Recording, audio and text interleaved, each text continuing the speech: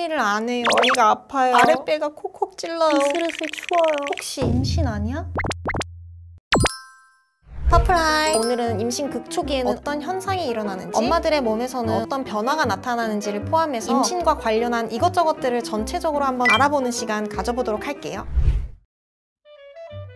임신 초기는 임신 첫 주부터 13주 내외까지를 얘기해요. 근데 그 중에서 임신을 확인할 수 있는 증상이 시작되는 기간은 4에서 5주차 정도에 보통 시작을 하고요. 근데 이게 생리전 증후군과 비슷해서 임신이 아니라고 생각하시는 경우도 덜어 있더라고요. 그러면 임신을 했을 때 나타나는 증상에는 어떤 게 있을까요? 첫 번째, 착상혈이에요. 사실 착상혈은 모두 하는 건 아니고 10에서 30% 정도만 한다고 해요. 착상하는 과정에서 분홍빛 혹은 갈색빛의 혈이 나오는데 이걸 생리라고 착각하기도 한다더라고요. 그래서 임신을 해놓고도 모르고 넘어가는 사람들도 있고요. 또 생리통과 비슷한 착상통도 같이 온다면 그냥 생리라고 생각하는 거죠. 하지만 착상혈은 생리와 다르게 양이 적고 하루에서 길게는 3일 정도만 한다는 차이가 있어요. 두 번째로 생리가 끊겨요. 생리 주기가 규칙적이신 분들은 알아차리기가 비교적 쉽겠지만 생리가 불규칙적인 분들은 생리가 끊겨도 그런가 보다 하고 넘어가서 모를 수 있다고 해요. 셋째, 여기서부턴 그래도 조금 알아차릴 수 있을 것 같은데요. 가슴의 모양, 색깔이 변해요. 가슴이 커지고 딱딱해지는 등의 변화가 생긴다고 하고요. 또 유두의 색깔이 짙어지기도 하고요. 넷째, 호르몬의 변화로 체온 상승, 졸림, 어지러움, 메스꺼움, 심하면 구토까지 일어나요. 입덧이 시작하는 시기이기도 하죠. 또 감정 기복이 심해지고 설사나 변비가 심하게 온다고 해요. 이론적으로는 이렇게 착상 이후에야 우리 몸속 호르몬의 변화가 일어나니까 사실 착상 전에는 딱히 증상이라고 할 게 없어야 되거든요. 그런데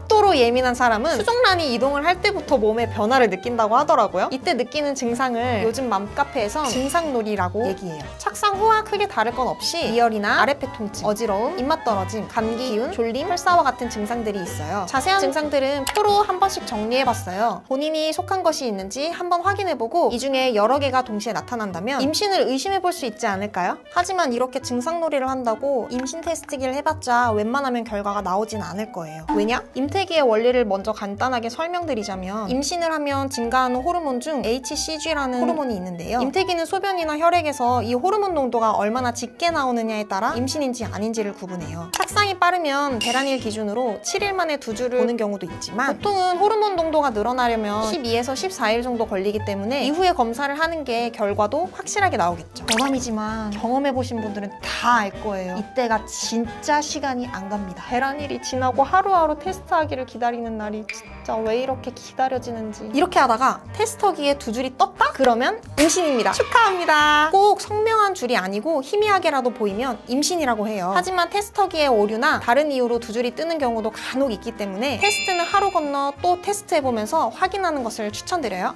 테스트를 할 때에는 호르몬이 농축된 공복 상태의 아침 첫 소변이 가장 정확하다고 해요.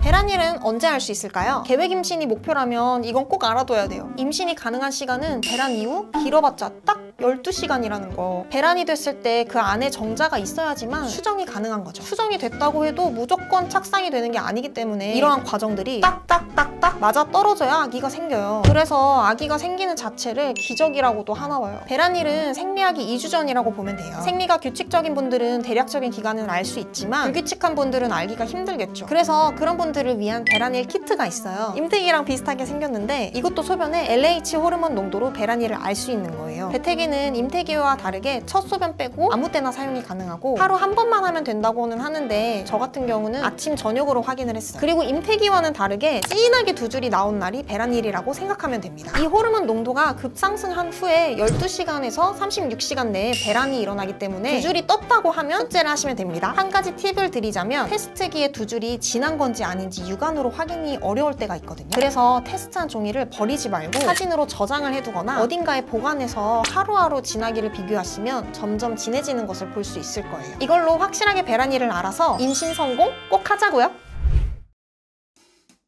자, 임신 테스트기로 2주를 확인하신 후에 언제 병원을 가야 하는지 궁금하신가요? 임신 5주에서 6주, 다시 말해 마지막 생리일 기준으로 5주에서 6주 뒤에는 내진 초음파로 아기집 확인이 가능하고 대초음파 검사는 임신 6주에서 7주부터 가능하다고 해요. 다만 2주를 확인했는데 복통이나 출혈이 심하게 있는 경우에는 바로 병원에 내원해주세요. 또 병원을 너무 늦게 가게 되면 임신 초기 때 할 수 있는 검사를 놓치는 경우가 있으니까 이 점 유의해서 방문하시면 좋을 것 같아요. 여담으로 요즘 딸을 원하시는 분들이 많던데 뭐 물구나무 서기를 해라, 남편이 전전파를 많이 쐬라, 술을 만취할 때까지 마셔라 등등 많은 이야기들 들어보셨죠? 사실 공식적이고 과학적인 근거는 없지만 나름의 논리가 조금은 이해되는 방법이 있더라고요. 일단 방법부터 말씀드리면 배란일보다 2, 3일 전에 숙제를 하는 거예요. 그 이유를 들어보자 하니 첫 번째, 남성 정자가 여정자보다 약간 더 가볍대요. 그러면 다 같이 출발을 할 때 남정자가 먼저 난자에 도착하겠죠? 남정자가 먼저 도착했을 때는 난자가 없어서 수정을 못하고 사라지고 후발자로 도달한 여정자가 수정이 된다는 거죠. 두 번째로 남정자가 여정자보다 산성에 더 약하대요. 근데 배란일이 가까울수록 여성의 내부는 산성에서 알카리성으로 바뀌거든요. 그래서 배란일 전에 내부가 산성일 때 숙제를 하면 상대적으로 산성에 강한 여정자가 남아 수정을 할 확률이 높아진다는 거죠. 믿거나 말거나 이렇게 시도해봤자 사실 하늘이 정해주는 거고 내 자식은 뭐든 다 예쁘니까 상관없지만 너무 원한다면 시도해보는 건 나쁘지 않을 듯?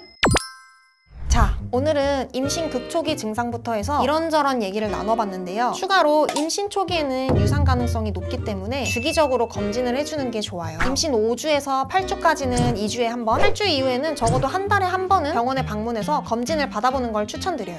오늘 영상도 도움이 됐다면 구독과 좋아요 한 번씩 부탁드리고 저는 더 좋은 내용 들고 다시 찾아뵙도록 하겠습니다. 지금까지 모든 엄마들의 동반자 퍼플라임이었습니다. 감사합니다.